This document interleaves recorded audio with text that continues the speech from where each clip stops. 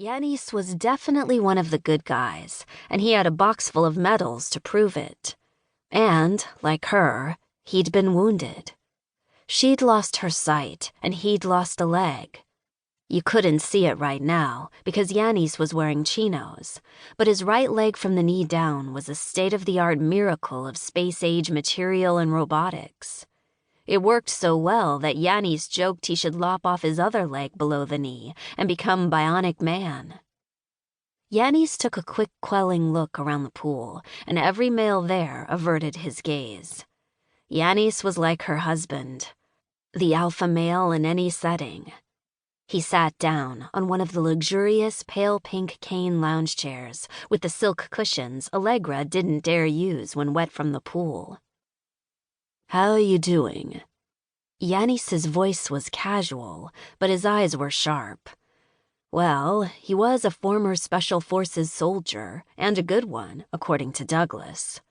All of the former military men she'd met at her husband's company were sharp, her husband top of the list.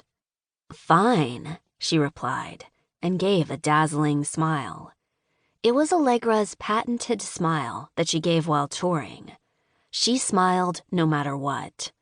The hotel bed was uncomfortable, the concert hall was drafty, and there'd been no time that day for anything but a dry sandwich. But no one would ever know that from her smile and her behavior. Allegra was a performer, and a performer, to his or her dying day, was never anything but fine. Yanis just looked at her for a moment, gaze so penetrating it was as if Douglas had given him orders to pull her thoughts from her head. And she didn't doubt for a moment that if it were possible, Douglas would have ordered just that thing. Then he gave a nod and smiled. The bomb that had taken his leg had also taken a chunk of his neck. One side of his neck was puckered with keloid scarring, and when he smiled, he pulled all that tough tissue askew. Allegra didn't mind. Her own husband was scarred, and unlike Yanis, he hadn't been good-looking to begin with. The one great gift of her period of blindness was the ability to ignore people's appearance and delve straight into the heart of a person. Yanis and Douglas were both scarred, and it meant nothing.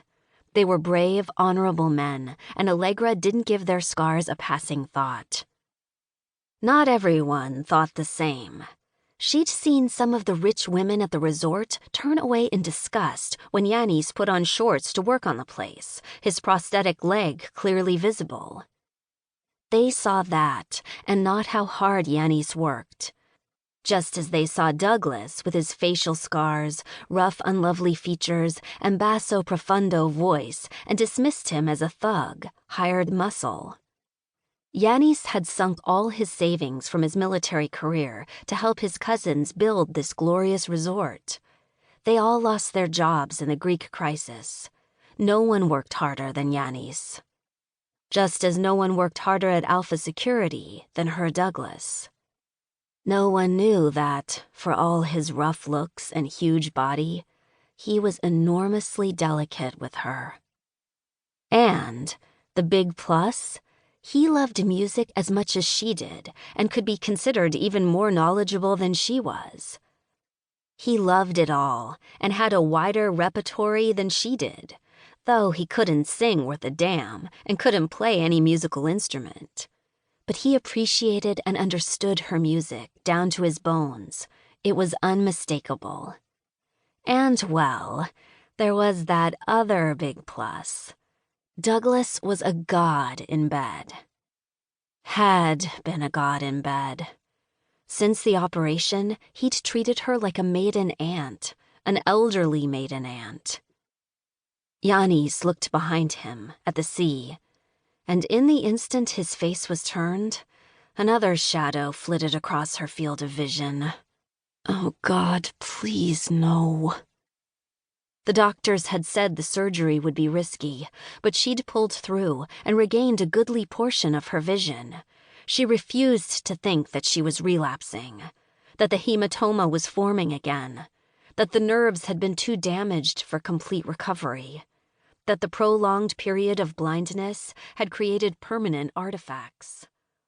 All